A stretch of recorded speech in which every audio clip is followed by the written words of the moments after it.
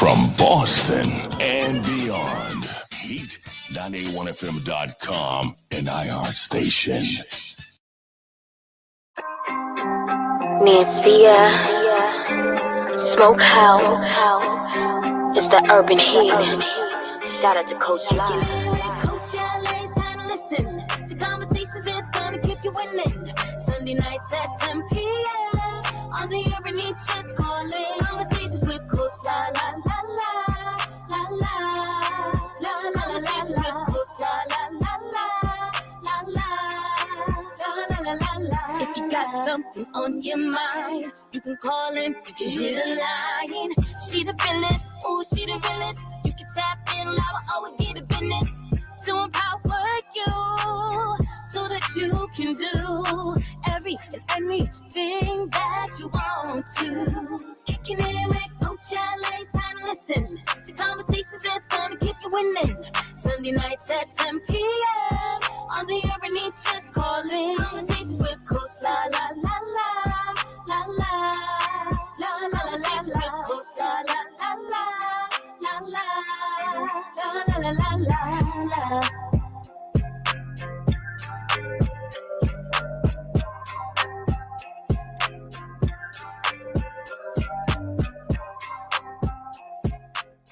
Hey. Welcome to another episode of Conversations with Coach La La La, your favorite around the way therapist. You're tuned in to the Urban Heat, 98.1 FM, Boston's only Black-owned radio station on the iHeartRadio platform. I want to give a quick shout out to everyone tuned in from Facebook, LinkedIn, YouTube, and shout out to my Instagram babies. I love y'all. I see you, Paula, PJ. I see you, parties from up above. I appreciate y'all for tuning in. So, your favorite around the way therapist has been a busy bee. Let me tell you. I've been here, I've been there, I've been everywhere. But let me tell you what I did this weekend. I did my very first 5K. Shout out to the Mattapan Unity 5K Fete. We did a 5K for the first time in Mattapan, Massachusetts, which is my neighborhood. And it was definitely an experience. I did go around twice. There is video footage that is quite hilarious because I usually do about 2 miles on the treadmill. 3.1 I've never done, and I misunderstood. I was only supposed to do 1.5 miles as a walker. Well, Coach didn't know that. So Coach did 3.1 miles, which I should have ran. And I'm not at the point of running, but I did finish. Shout out to my son, Shine, Mr. Rashad. He was holding my hand and making sure I got through that last little lap there because it got definitely a little tough getting around. Shout out to Team Bet on Self, Miss Kim, Saida, my sister Shamina. I appreciate y'all for being down to do my shenanigans because nobody had done a 5K before. So there was a lot of first timers. So I'm really excited about the next one, which I will be doing my next 5K. I know, right? I didn't get enough. My next 5K will be on September 20th.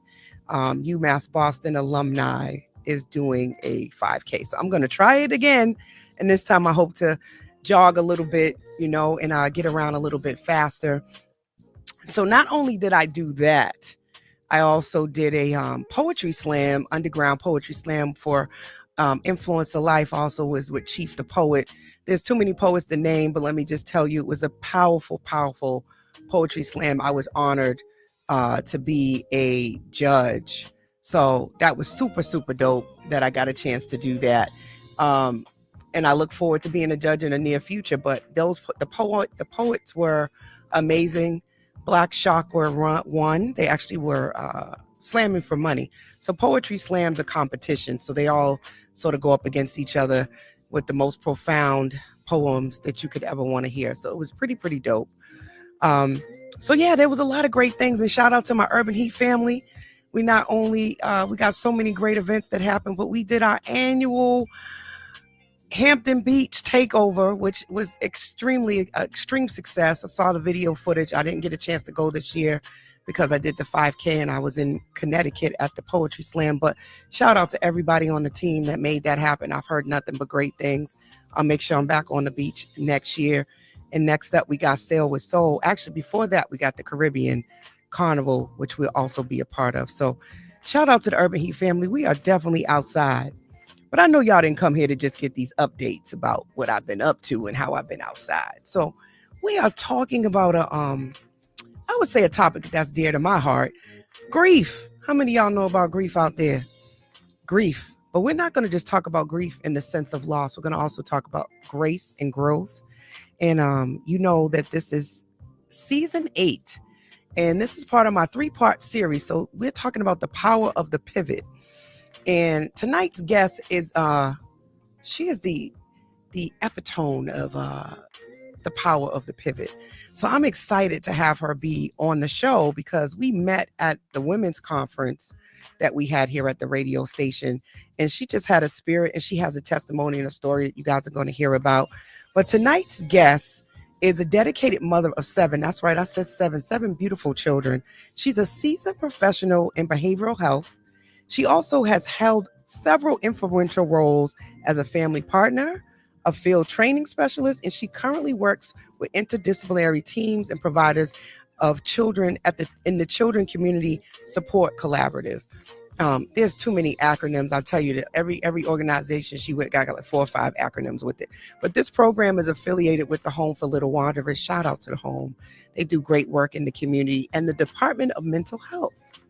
She's a passionate advocate for systemic change, and she serves on the Client Advisory Board in the Child and Family Law Division. Again, another long acronym.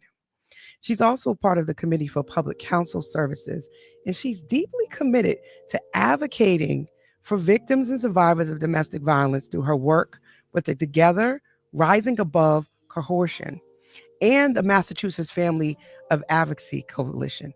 She has professional expertise in advocacy work, and her personal journey reflects her unwavering dedication to improving the lives of families and building stronger and healthier communities. So without further ado, I want to invite and introduce you to Miss Tia Washington. Thanks so much. Thank Hey, you. girl. Thank you so How much you for doing? having me. Thank you. I'm excited to have you on the show. As you know, season 8 is all about the power of the pivot. Yes. We're rising, we're reclaiming, and we're reinventing ourselves in this particular series. Mm-hmm. And we're talking about bet on self energy in a couple of different ways. You know, how can we self-proclaim that and own our identities, own our purpose, and just really feel comfortable in our own skin, which I think really that's what healing is really about, right? When you're healed, you really understand who you are and how the things that have happened, that human experience, how that shapes you, how they can help you grow, and you're no longer your circumstances. Where you are in this current moment is not your final destination. Yes. So tell us, beyond your bio, right? Who is Tia Washington? Well, besides my bio, of course, being a mom is always at the center of everything that I do. So for me, it's how do I show up in my children's life, because I'm not only taking care of myself and growing for myself, I'm also leading by example with my children, and wanting for them to have a better life like most parents do. Mm-hmm. They want for their children to have a better quality of life than they did growing up. So for me, my biggest focus is my children. And then my second biggest passion is community work. And again, that's a part of my bio, but for me, that is, every day that I wake up, I'm thinking about what can I do to brighten someone else's life today? Like, what can I do? Because everybody needs that in their life. So I agree. Yeah, sometimes you don't know what people are going through, and just having a conversation with someone can change everything for them in that moment. Well, I mean, this is Conversations with Coach La, so we definitely agree. Yeah. It's all about the conversation. Often is what the spark and the trigger is to growth and change. Mm-hmm. is connected to talking things out, and my new thing, walking things out. So as we think about, tonight, right, mm-hmm. how grief can both break us, grow us, and teach us grace. Yes. I had looked up, grace is just self-compassion in a lot of ways, and extending compassion to other people. It's empathy, right? It's that ability to see that even in people's worst behavior, we're all really just trying to navigate the complexities of life. Yes. And how do you think grief for you, right? How has that taught you? What's one thing it's taught you about yourself that you wouldn't have thought if that situation hadn't occurred? Yes.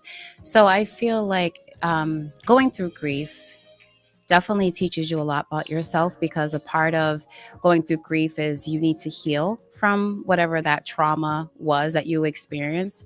So when you're on your healing journey and you're doing that work, because healing is not rainbows and sunshine, you do end up learning more about yourself, what makes you tick, what makes you special. And I feel like I have learned more about myself and what makes me special, and not only for myself, but how do I show up for others in that as well. So yes, I can now. I recognize that I'm more resilient, and so it's like, okay, well, how do I use that and turn my pain into purpose in terms of helping other people? So yeah, It's interesting because nearly 57% of Americans have faced some kind of major loss, right, in the past 3 years, right? Yet 69% feel pressured to move on before they're ready to do so. When I say that, like, what comes up for you? Because I know for me, that was like, I could relate. Yes, definitely. I feel like, well, first of all, there's a pressure from society to just move on. When you experience something, it's not necessarily validated because we're expected in society to just keep going. And we don't really have that time to just be able to take for ourselves, to refuel ourselves, to take care of ourselves, to give ourselves some grace on the days that we're having, a hard day. Healing is not linear. So even if you've made progress, that doesn't necessarily mean you're not going to have a bad day. So, everyone has a bad day, but giving yourself grace and knowing that, just because you have been through something, that does not define you as a person. Right. And being able to see that, you are not the sum of your experiences, but you can grow from those experiences. And that's how you evolve, is being able to recognize that. And I feel like that's what helps you to grow into the individual you are destined to be, is being able to look into yourself and see like where you've come from and where you're going. I think, again, if it were that simple, right, a lot of people would probably just walk into it with ease, but most people often are struggling with this whole concept of growing, right? Especially when you think about growth is coming from loss. So like, often the loss of a relationship helps you find your identity or figure out what you liked or what you wanted in life. A loved one might pass away, and that makes you appreciate, life more, and memories, and doing things that, going on vacations, just maybe things that you took for granted because of. So often it's met with, did I have to learn that lesson from that loss, right? And I think it's challenging at times to sort of deal with the complexities of that, right? Like, to grow, I have to lose. What do you think about that? I mean, well, I feel like you lose some parts, but you gain clarity, and you gain so much from, like you said, from loss, and you gain a different perspective on things. You gain more of a direction when you have loss. Sometimes it gives you more purpose, more meaning in your life. And it forces you to, come out of your comfort zone and do things that you wouldn't normally do. So like when you are, making new friendships and meeting friends, and, when you go through grief and you go through loss, sometimes we tend to isolate ourselves going through that. But we need human contact in order to like comfort us and to help us to like feel like we can continue to push forward. So a lot of times we might lose something, but we also gain at the same time. And so like being grateful for those moments of growth and recognizing that it's not just loss. And I think we share that in common. I think, one of the reasons why I do this show, right, is a way for me to navigate my growth, my grief, right? So my father's passing 7 years ago, and I did radio a long time ago. And I remember him saying, you know, you should get back into radio. For whatever reason, now I'm listening, right? Here, hi, Dad. You know, I know you're watching me. And like, yes, finally you listen. You have to wait for me to leave for you to listen. Anyway, but this idea of moving on, right, versus moving forward. And I think often for me, that means not allowing yourself to actually experience the feelings and to name the emotions, right? When you just are told move on, people don't necessarily realize that grief isn't linear, right? You don't just sort of go 1, 2, 3, 4 and go through all the stages of grief. You know, you kind of circulate through it, you oscillate through it, right? Like you might be in a place of acceptance and then see a picture or be reminded of something, or if it's a ex, they end up calling you and you were good, and now all of a sudden they call you and you hear their voice, and your mood, it puts you back into the space you just left. So it doesn't just have this straight line.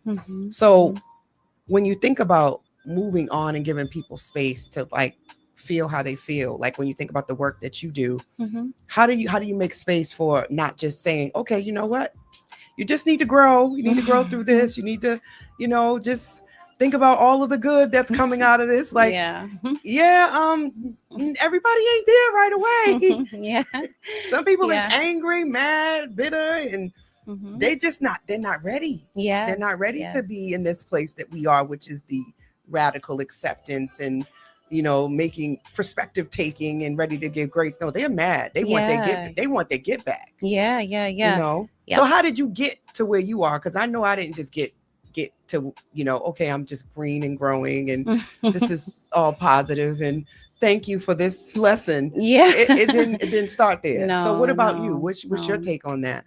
Well, one of the biggest things in behavioral health that we say is we have to meet the person where they are at, you know? So it's like we can't push a person to be ready before they're ready. I feel like you do more damage than good when you do that. You could damage the professional, you know, like relationship you have with this person if you push them sooner than they're ready to be pushed. So I feel like first starting where the person is at and like validating their feelings, like listening to them, acknowledging that, and talking through that with them. For me, like professionally, the way that I am most effective as a professional is being transparent and sharing with purpose and intent. Because I feel like once you do that, you get past the surface level with people and they can be real with you and you can do the real work. Because initially everything is very surface level. You ask someone on the street, how are you doing today? Even if they had the most horrible day, they're going to say, I'm okay. Even if they're not okay, because that's the societal norm for you to just say you're okay when you're not. So you're not able to get to what the root of the problem is with that person because they're very surface level with you. So for me, I feel like the way that I'm most effective, I would say not just only professionally, but also personally, because when I show up in my friends' lives and my family's lives and I'm that ear and I'm their person, and sometimes they just need to vent. They just need the space to not feel judged, to not feel shamed or blamed for what they're experiencing. Even if they've called you 10 times in a row about the same exact problem, as long as you give them that space and you allow them to feel seen and feel heard and validated, they will continue to open up to you. And for you, you can be that safe space for them. And sometimes some people, they just need that. You just need to be able to vent and let it out so that they can process like what's actually going on in their lives. And then you have to do that in order to plan. How do I address this? You can't address it without first identifying what the problem is. So once you're able to identify that, then you're able to say, okay, you know what? And even say like, you know, today was a really bad day, and being able to identify that, you know, there was a trigger. Something did happen, like being able to sit with yourself and like process with yourself, because you are you know yourself better than anyone else does. So like being able to learn yourself so that you can respond to what's happening in your life in order to support yourself the best. And she's talking good stuff, y'all. This is what it's all about, right? Like taking these nuggets and taking these different things to build your capacity to be able to navigate the hard stuff. I think it's not something that just, again, is linear or is going to happen overnight, which brings me to what does therapy mean to you, right? And I think, you know, when we think about therapy, you sort of gave a lot of high level stuff, right? Like meeting people where they are, being able to provide a safe space by letting people kind of process their feelings and emotions and not rushing them through those feelings and emotions, even if they're like ruminating on the same thing 100 times. I deal with that all the time. Fine. I won't say deal, but you know, I experience that with clients often. There are clients that they talk about the same thing every time. And it's like, well, what do you need to be able to move forward, right? Like, what do you need to be able to see this from a different perspective? Is there anything else that could possibly be going on here? So that's kind of what we want to talk about now. How do you grow in the midst of pain? That's a big one. Yeah, because ideally, right, it doesn't just go away. No. And it doesn't go away right away. Sometimes even after the scar is healed, your body, as they've said in multiple spaces, your body knows the score. Keeps right? The score, It remembers. So with 72% of adults already saying they've gone through something, some kind of major life crisis. And this is an ongoing thing. This is not something that is just a Lakeisha thing or a Coach La thing or just a Tia thing. Like, life is lifing on all of us. Even the most well put together, most mentally sound person who's navigating things well and showing up well and, you know, expressing their feelings has things going on in their life that you may or may not know about. Yes. So as you think about your own moments, right? Talk to us about the moments that you really had to tap into your own strength, or strengths were hidden and then they got revealed because of having to grieve something that you didn't expect was going to be ending in your life. Yes. I feel like, you know, going inward, I feel like we talk about that a lot, but really going inward during those moments. Because when you are experiencing something that can be so devastating and so traumatic in your life, like you said, your body keeps the score. And so subconsciously, sometimes we're unaware of how deep that affects us and how it shows up in every level, like every aspect of our lives. Like, a lot of time, trauma is, I call it multifaceted. When we experience trauma. Ain't that the truth? Yeah. So it impacts everything. It is layered and layered. It's almost like I used to tell one of my clients, well, a couple of them, about being like an onion. Right. And so if each layer you peel back, you know, you're releasing, and the tears and everything start coming out, like, you know, or even being the example of the soda bottle being shaken up. And then when you take the cap off, it's like explosion. So trauma often can feel like that, like you're just a ticking time bomb. Yeah. And so giving yourself grace, like understanding yourself. I feel like also psychoeducation is important, like, so you can understand like trauma, what it looks like, because sometimes you don't even know that you're having a trauma response. Your body can be physically reacting and you have no idea. I just have an upset stomach, I can't eat, and you don't understand it's related to trauma. You have insomnia, you can't sleep, you know, things like that. You have brain fog. There's so many you know, physiological responses that we have to trauma, as well as emotional and mental responses that we have. So I feel like when you understand it more, it helps you to give yourself more grace and understand what you're going through, so that you can either seek out help from outside sources and or yourself being able to help you get through those moments when you're experiencing them. Because you're only there by yourself. You don't always have a therapist with you on your hip when you're experiencing these things. So if you're in the grocery store and you have there's a trigger and you have a trauma response, how do you support yourself in that moment to regulate yourself and keep yourself grounded? That's so true. Once again, guys, you guys are tuned into Conversations with Coach La La La, your favorite around the way therapist. You're tuned into Urban Heat 98.1 FM. We're on iHeartRadio. You guys make sure you go follow us on iHeart and bookmark us. Make sure that you know how to, get us on all platforms and everywhere. But for those of you that like social media, you can find us on Facebook and Instagram, and you can watch us live if you want to see the beautiful Tia, who's sitting here in the studio with me.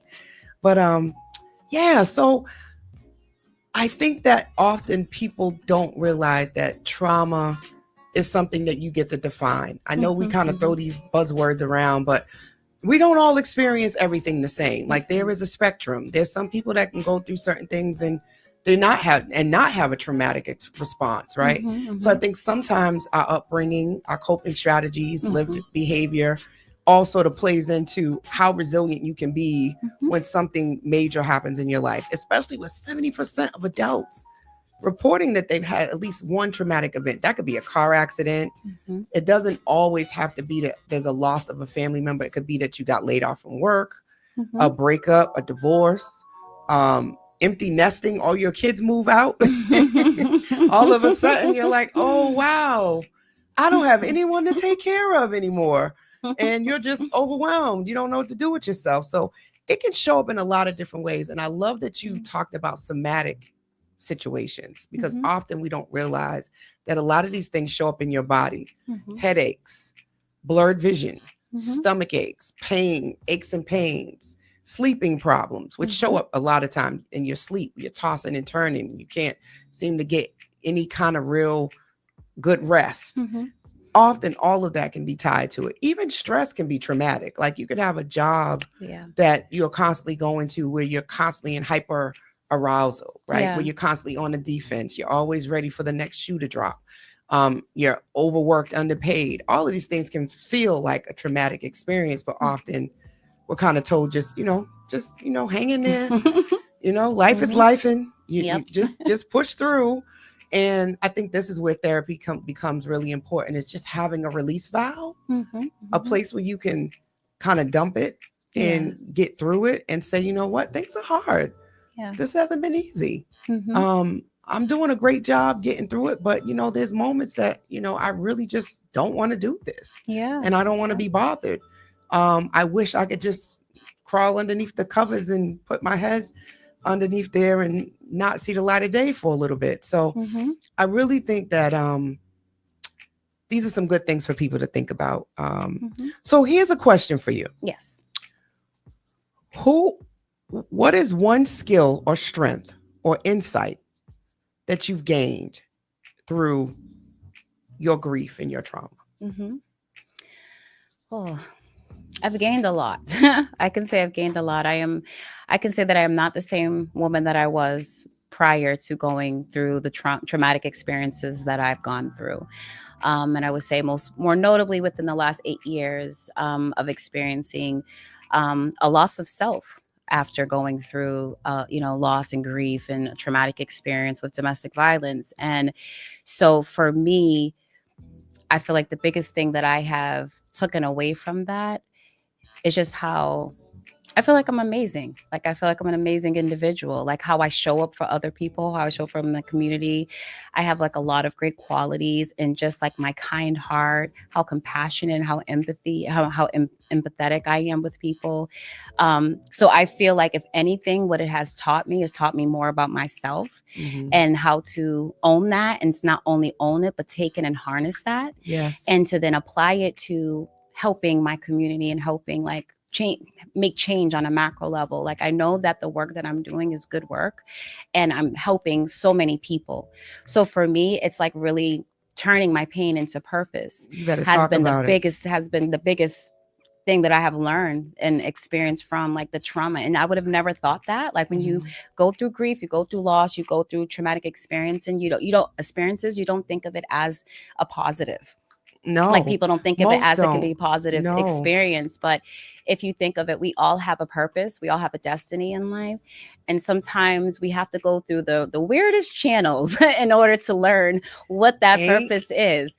Ain't that the truth? That no lies detected. Yeah. Let's give a quick shout out to Mrs. Janetta Cook. She says she's your sister. Oh, yes. She said, my sister is a warrior. Thank you for tuning in. Oh, thanks We so appreciate much. you being here and being supportive and yeah. I think most of us don't think about pain turning into a purpose, but there's lots of research that talks about the way to handle grief is to give it meaning. Yes. When you're doing grief work with people, memory books, finding a cause. That's why you see a lot of foundations and scholarship funds and walks done in people's honor and things like that, is to give it purpose. So it's not just a loss of life, but a legacy. Yes. You get to learn about how the person contributed to the world in that way. But often we don't think about that's the same thing we need to do while we're living. So I Yeah. love that Yeah. you're thinking about how do you take what you've gone through and give it purpose, Yes. right? Yeah. I used to always ask that question of myself, and I wonder if you can resonate with this. Why me? Yes. Do- Oh my Does gosh. that ring Yes. does that hit? Yes. I mean, that hits Big differently time. now that I'm on the other side of it, right? But Mhm. I used to be like, why me? Yeah. Like, is Yeah. there really a God? And if so, where is he? Mhm. Right? Like, why am I going through this? I didn't deserve this, right? Yeah. And I know for a lot of people out there, if you relate and you can understand, give me a virtual high five, get in the chat. But if you've ever said, why me? And you felt like you deserved more, Mhm. there's something I've come to understand. This is it's a gut punch, but why not you? Mhm. And why do you think that you deserve not to go through anything? Like, we often think if I'm a good person and I do everything good, Mhm. then all good will come my way. But Yeah. I think that's a misconception, right? Because things that are not great happen to good people all the time. Yep. And none of us are exempt. Like things like cancer, diabetes, like it doesn't have an assignment per se. It doesn't discriminate, as they say. So why do we think that pain and struggle, heartbreak is going to discriminate, and we somehow get saved from ever experiencing grief? So I think we haven't done a good job as human beings of really talking about this enough so that we're better prepared, right? And we can understand that disappointments happen and things don't always go your way. What do you think about that? Yeah. No, I totally agree with you. What do they say? What doesn't kill you makes you stronger. And I hate, I hate when people say that. I do. And for me, it's like, people are quick to say that.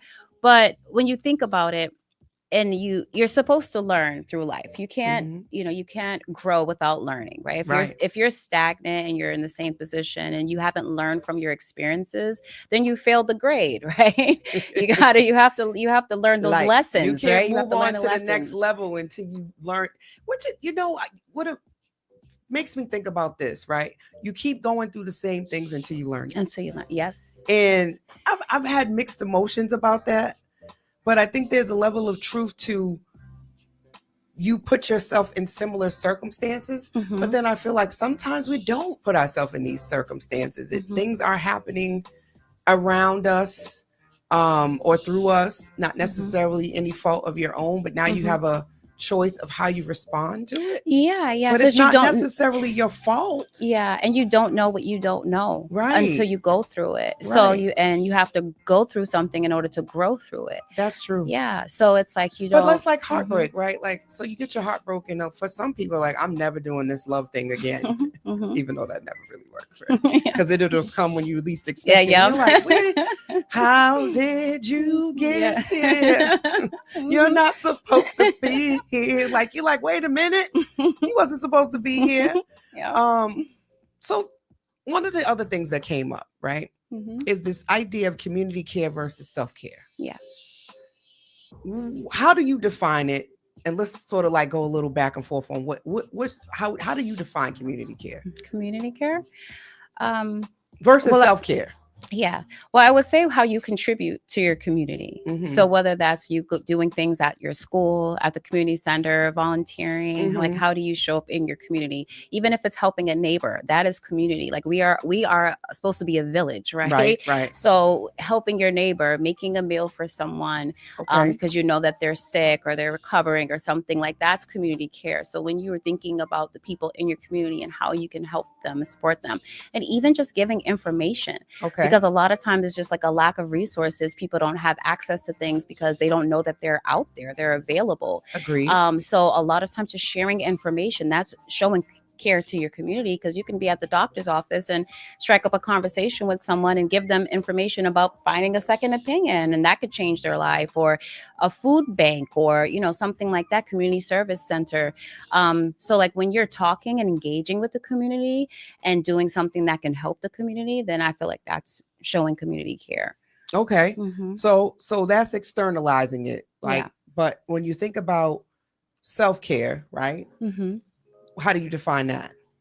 Self-care is how you take care of yourself and show up for yourself, how do you Mhm. pour into you? Because we Yes. always talk about the cups and how we're Yep. pouring. We can't pour from an empty You're so glass. right. So Okay. you have to fill yourself up in order to give out to other people. So you Uh-huh. have to start with self first. Bet on self. Start with self Yes. first. Yes. I love both. hmm Now I'm going to look at and sort of bring these together because I think when you think about the quadrants of self-care, hmm right? Part of it is social, Oh, right? And being absolutely. able to um connect with community and knowing your purpose. So everything people don't realize serving hmm is directly connected to your quality of life. Yes.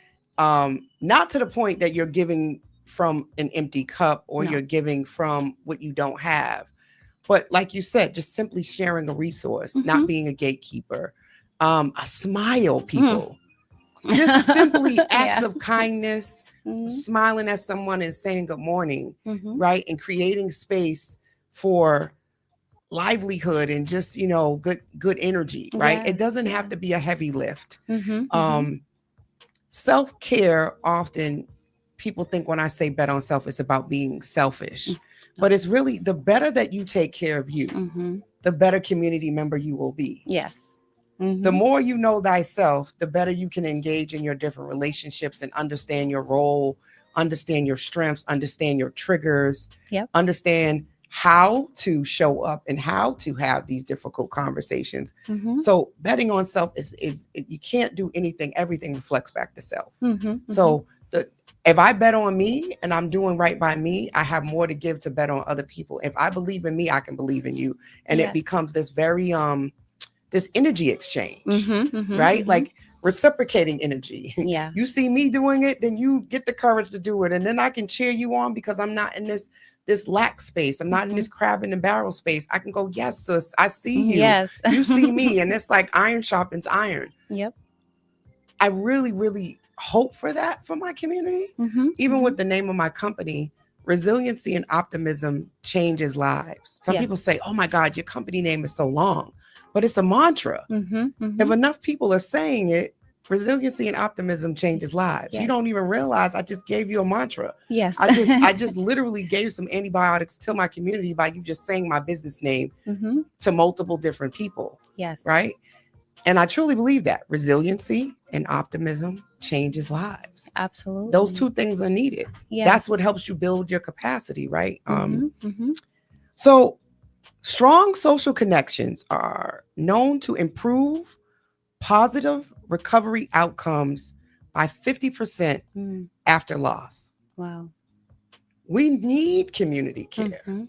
right? But you also need to know self to know that you need community. Yes. Yep. Mhm. Did y'all see that? Yep. Did y'all peep that? You need to know yourself to know that you need community because often what we do is we want to isolate. Mhm. Depression Mhm. and anxiety comes, we say we don't need nobody, Yep. right? We Mhm. also don't want to hear correction.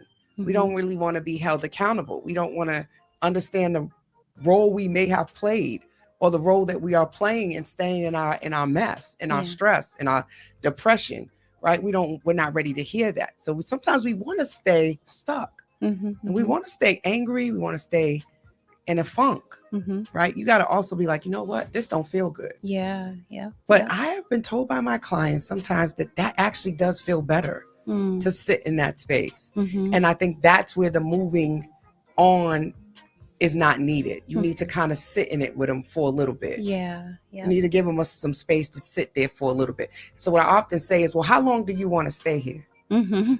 That's what I ask my clients. I said, well, how long would you like to stay here? If you could have your way and you could wake up tomorrow and it was a miracle to happen, Mhm. what would be different about you? What would be different about this situation? How long would you stay if you knew that you could move forward? Yes. What would you say then? Yeah. You'd be surprised. Not everybody says they want to be over it Yeah. tomorrow. Mhm. I've had people tell me 30 days, 6 months, a year. I said, okay, so you want to be here for a year? Mhm. Yeah, it feels that Why, heavy. why a year? Right? Yeah. And when they start Mhm. thinking about it, they don't always have an answer for it. Yeah. So here's another question for you. Mhm. Who in your life makes you feel seen and safe? So I would say I have a wonderful network of people. So between people that I work with, so coworkers, I have friends, family, and I feel like part of my journey and my healing journey has been reconnecting with people, rebuilding, and establishing new connections as well. Because part of domestic violence is a lot of isolation. They isolate you from the world, from your friends, from your family. So for me, it was literally I had to build my own village. Single mom of 7. So I had to build my own village without, I don't have much help. But it was very scary, reaching out.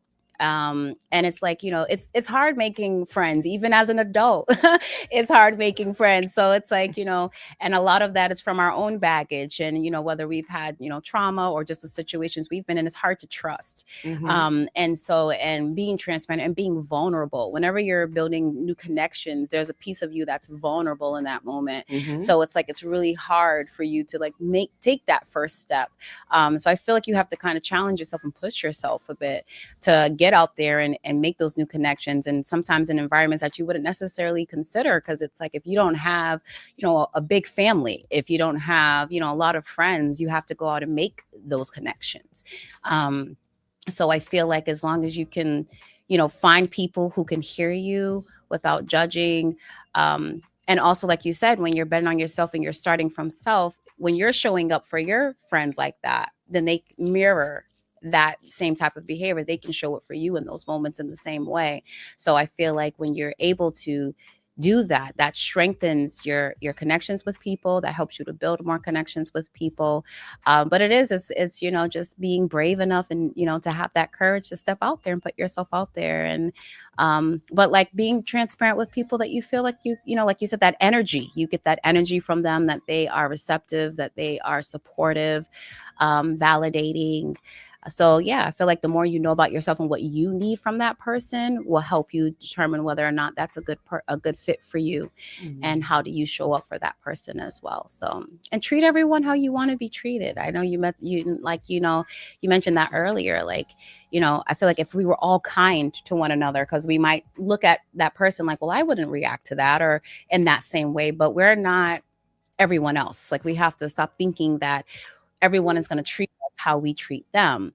And we have to look at it from a different perspective and say, okay, but if that was me and I was in that person's shoes, how would I want to be treated?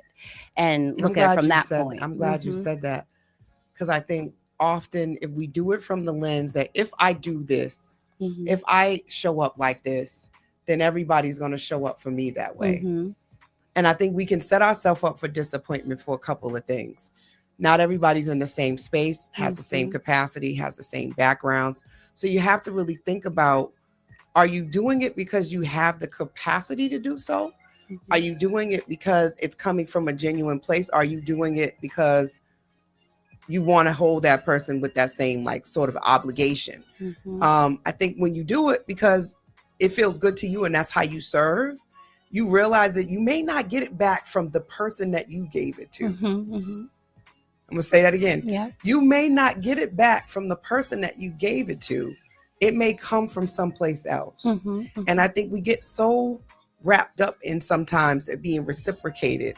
If I treat you this way, you're going to treat me that way. Doesn't always work like that. Sometimes that act of kindness, you might not ever see that person again. Yeah. So they can't give it back to you anyway because they're not in your circumference. They're not in your circle. But you might get blessed from somewhere else that you least expected, but you don't even see that that's because of everything else you're doing, because you're looking for it from a particular person.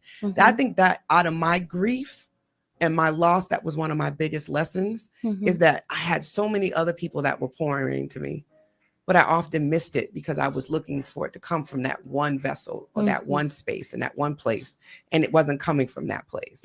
So I was disappointed that I was missing just how much love that was in me and around me, because I wanted to get that particular love or that particular treatment from that person that I thought I gave it to. So they should give it back. But I'm realizing that some things are for a season, reason, a reason or a season, or a lifetime. Or a lifetime. And sometimes I'm the reason or the season for someone else's life, but I'm not supposed to be there for a lifetime. And I think that's been big lesson from my grief. Yeah, absolutely. Yeah. Yep. So I can sit with it a little bit better. I'm like, well, maybe this was just a lesson, Lakeisha, Yeah.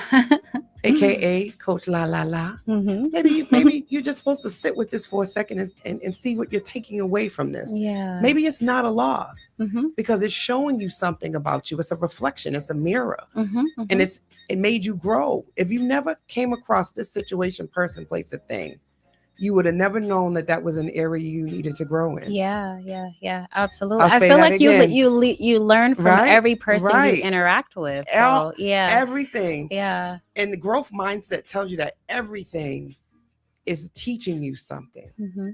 Every experience, even the worst ones, are teaching you something. Yeah, Sometimes it's just teaching you that you are resilient yeah, and that you're not going to fall apart and that you don't need to be saved, that you can save yourself, or that you do have strong spirituality. You maybe you didn't know that. yeah. You know? Yeah. Life is the best teacher, for better or worse. Really Yeah. really is. Mm-hmm, mm-hmm. And I said this earlier, right? Grief is very common, but it's often misunderstood.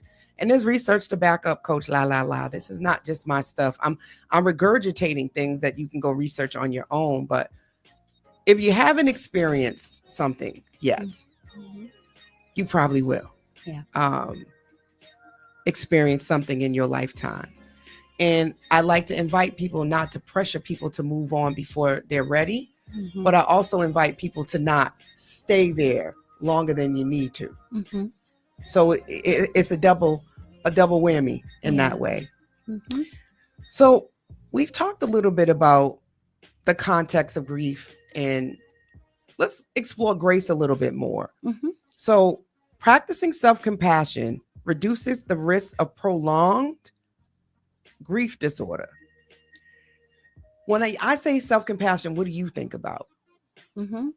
Self-compassion is being able to, give yourself some grace on your hardest days, and to understand, like, when you're going through things that you're, like what's happening for you, and just to be kind to yourself in those moments, like to give yourself extra love, and to understand, like, you're going through something right now, you're experiencing something right now, and just giving yourself that compassion that you need, the kindness that you need, that same thing that you would need from someone else. Mm-hmm. Like, that's what you need for yourself. And you can give that to yourself. Like, you know what, I'm having a really hard day today. Yes. And like, I just need to take it easy. I need to do some self-care today. Mm-hmm. I'm this is coming up on the year anniversary of the passing of a loved one. And my body is feeling all these different types of things, like, right now, and being able to recognize that maybe that's why knowing about trauma and knowing that your body keeps a score is important, because during, like, the holiday season, and you're struggling, and you've lost someone in the past, and you not be able to connect those dots to each other. But, like, knowing and understanding how trauma works, you're like, oh my gosh, it's Christmas, I've lost someone, and that's maybe why I'm going through this. So I need to give myself some extra love right now. You some better extra talk about it, TLC. sis. Mm-hmm. Mm-hmm. Yeah. And sometimes that looks like just saying, it's okay. Mm-hmm. It's okay. It's okay that you're having a tough moment, not a tough day. It's okay that I'm having a tough moment. It's okay that I am not in the best space at this current moment. Mm-hmm. It doesn't mean you're having a bad day, a bad month, bad week, or a bad year. Mm-hmm. But giving yourself permission to pause Mm-hmm. and go, wow, I miss my dad today. Yeah. And that song really just made me think about him, and you shed your tear, Mm-hmm. right? And then you think about something else that he really, did that put a smile on your face. Or maybe you say, you know what, I need to go take a walk. But I love that you're talking about giving yourself extra love, because here's the thought. Are you being your own best friend? Right? That part. If I treated myself the way I treated my closest friend when they were hurting, Mm-hmm. what would I do differently right now? Yeah. Did y'all hear that? Yep. Because often we know how to treat other people. Mm-hmm. We know exactly what to say, what to do. And if this doesn't resonate with you, it's okay. But for a lot of people, we know what to do and how to take care of other people. Mm-hmm. We don't apply that same stuff to ourselves. Yeah. We'll talk to ourselves all kind of way crazy, right? Mm-hmm. Behind closed doors, you calling yourself all kinds of bad names and how crazy, stupid you are, and all these things that you would never say to someone else. Mm-hmm. You would not do that. So how can you start to be kinder to yourself? Yeah. And that's also part of betting on self, is to be able to say, you know what? I'm going through some tough stuff right now. I'm having a moment. Girl, it's okay. Mm-hmm. You are all right. It's okay to not be okay today, because yesterday you were okay. Yep. Today you're not okay. So it's all right. What do you need? Mm-hmm. Absolutely. Say that again. I say that all the what time do to you myself. What need? do you need? What Yes. do you need in this moment? How do you Mhm. need to take care of yourself? So that takes me to talking a little bit about what I want to kind of segue into, because I told you this hour goes by fast. We go by quick, fast. So let's go ahead and get into this bet on self, right? You know, what does it mean to bet on self, right? Mhm. It's those moments in your life where you say, if not now, then when? Yeah. If not me, then who? Yes, I may have seen this. Yes, I may have gone through this, but you know what? It's up to me, right? It's not about my upbringing, about my parents or my ex-husband, my current husband, my kids, but what do I need for me to be good, right? So talk to me about your bet on self moments. Mhm. Talk to me about the moments where you decided to take control over your narrative. Yeah. Oh, when you're facing your fears, I feel like things that I was nervous to do, nervous to take those first steps, but pushing myself, because growing and healing, I've been able to learn that I can do it. I can do it. And I have the strength, I have the courage, I have the tenacity. Like, I know that I can do this. So those moments, and they're scary initially, but really like pushing yourself and being your own cheerleader in those moments and saying like, I can make it through this. I know I can do it. Look at how far I've come already to this point. And especially when you feel like you've been through the worst, like you don't want to say that, you don't want to call anything, but when you feel like you've been through the worst, you're like, what else can happen? What else can happen at this point? I've made it this far. The shoe has dropped. The ceiling has fell. The floor has dropped. Yeah. Everything that you can think of makes me think about that movie Straws. Like, I feel like I'm at my last straw. I'm at my wit's end. And I had saw this video with Will Smith, and he talked about, people always talk about rock bottom, but he talked about getting to a cliff. Yes. Right? Like, you've gotten so high, so far up, and you've achieved everything you wanted to achieve. And this is different for everybody. And you realize none of that stuff is making you happy. No. Right? None of it is doing what you thought it would do. And this happens a lot when people get married. If I only get married and I have kids, I'll be happy. If I lose this 50 pounds, I'd be happy. If I just found me a man, I'd be happy. If I found me a woman, I'd be happy. If I had kids, I'd be happy. If I get this house, if I get this job, if I make this amount of money, I'll be good. I'll be happy. And then they get it. And it lasts for a little bit of time. And then you're right back needing something else to get that high, that happiness high. Because happiness is like any other emotion. It's fleeting. It comes and it goes. Anger comes and goes. Frustration comes and goes. All of these things come and go. So, but one thing I've found that's consistent for me is peace and joy, like having that, because I feel like that's like an internal thing with your spirit. Yeah, it comes from within. So when you're fulfilled on the inside, it comes outward. Tell me, right, and this is for the listeners too, identify one choice you can make today that honors your healing, even if no one else understands it, right? Can you think of something that you've done recently that honored your healing and no one understood it but you? Yes, I would say that me just acknowledging my progress, and only me and only you know like how far you've come. Like, you don't know, not you don't know, but the people around you in your life like don't know your darkest moments. So only you can say like, you know what, I remember when, because someone might be looking from the outside and say like, oh, you're still struggling with this, like this, you should have gotten over it. Like you say, you should have moved on, but they don't know that your today is better than your yesterday. So like looking at it and saying like, you know what, I'm able to acknowledge the amount of progress I made, no matter what anyone else looks at and might see that I might still have my bad moments, that doesn't mean that I have not made progress, because you can't take that progress away from me. So no matter how hard that day might be or that moment might be, I know that I have made progress and that can never be taken away from me. So I feel like that would be it. Yeah. Yeah. Yeah. Owning your small wins. Yeah. Being able to recognize the simple things of just, getting up and putting your best foot forward on a day that's hard. Maybe before you didn't get dressed and you didn't put on your lipstick and you stayed in pajamas all day. Like, those small wins matter. And I think, again, encouraging yourself consistently is a bet on self move. Yeah. So let's think about, we already talked about this, but for the listeners, who in your life makes you feel safe and seen? And then how can you intentionally connect with them this week? Again, who in your life makes you feel safe and seen, and how can you intentionally connect with them this week? Because support systems matter, people. All you beautiful listeners out there, there are certain people in your life that try to pour into you, try to spend time with you, try to look out for you. And sometimes you neglect them because you're looking for it from a particular person, place, or thing. And you don't realize you have people that are ready to pour into you and to support you and help you. But you want it from one particular space. And I want to invite you to open up your perspective that God comes in mysterious ways. Your blessings come in mysterious ways. It don't always show up the way you want it to look. Okay, guys? Okay. So let's go to my final.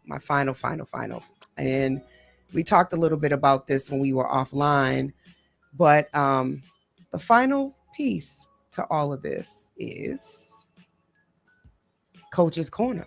It's our time to sort of reflect on this conversation, because believe it or not, we got like 4 minutes left, right? Oh, wow. I know. It flew by. It does. It flies by. So let's talk about it. Like, the moment that we sort of sit and we sort of think about what are some moments or takeaways from this conversation that we want to sort of allow people to carry forward in their journey of grace, growth, and grief. Because grief is going to keep coming, y'all. Oh, I wish I could tell you only going to experience once, but it's not true. It's going to keep coming and keep showing up until you get the tools, right, to really navigate it. So what's the takeaway for you? And then I'm going to close it out with my Coach's Corner, because I'm going to drop some nuggets, some jewels, some bet on self. Yeah. I mean, I feel like, being kind to yourself is a big one. We see that all the time. Be kind, be kind. But I feel like being kind to yourself, being kind to others is huge. And I feel like that's what the world is missing. Like, the world would be a better place if people treat others the way they would want to be treated and just be kind, give that love and compassion the same way you want to be treated. It just will make the world a better place. It will make you a happier person. It will attract that happiness into your life, give you more fulfillment and joy. And so, I feel like being kind, giving yourself like love, just feeding yourself love. Yeah. I have to agree. We never know the struggles that people are dealing with. Some people carry it well, although it's heavy. And you can, just a little bit of kindness goes a long way. A little bit of, fall back, check in on folks, stop taking everything personal, assume good intentions, right? So think about this, guys. Grief isn't a detour from life.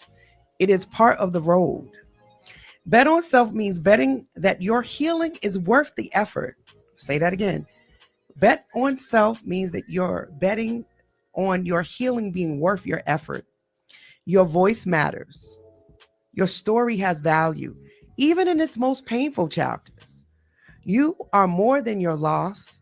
You are thriving through it. And you can live a full,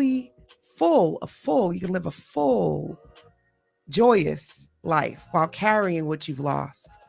One intentional choice at a time. So you guys know, follow the Urban Heat 981fm.com. You can go ahead and make sure you have our website bookmarked. Make sure you following us on iHeartRadio. Shout out to everybody on Instagram, Facebook. Shout out to LaDonna. Shalia, thank you so much for tuning in. Your sisters have been on here. Miss Janetta, we appreciate you. Everybody on Instagram, I see y'all. It's a long list of y'all, but I see y'all over there. What's going on Instagram? And they give us the smallest little icons. So Coach is blind with these glasses on. I still can't see. So next week on Conversations with Coach La, we are going to be talking about healing through the arts. I'm going to have author and spoken word artist Risa Wright, and also R&B sensation, our very own Ray Rail will be here to talk about healing through art. So see y'all next week. Make sure y'all stay tuned because we're going to be listening to some soul jams, and see y'all next week on the virtual couch. Heat981fm.com and iHeartStation. Jam. Oh, see y'all later. Jam. Teddy Jam. What's good? This is your boy Teddy Riley. And check this out. September 6th.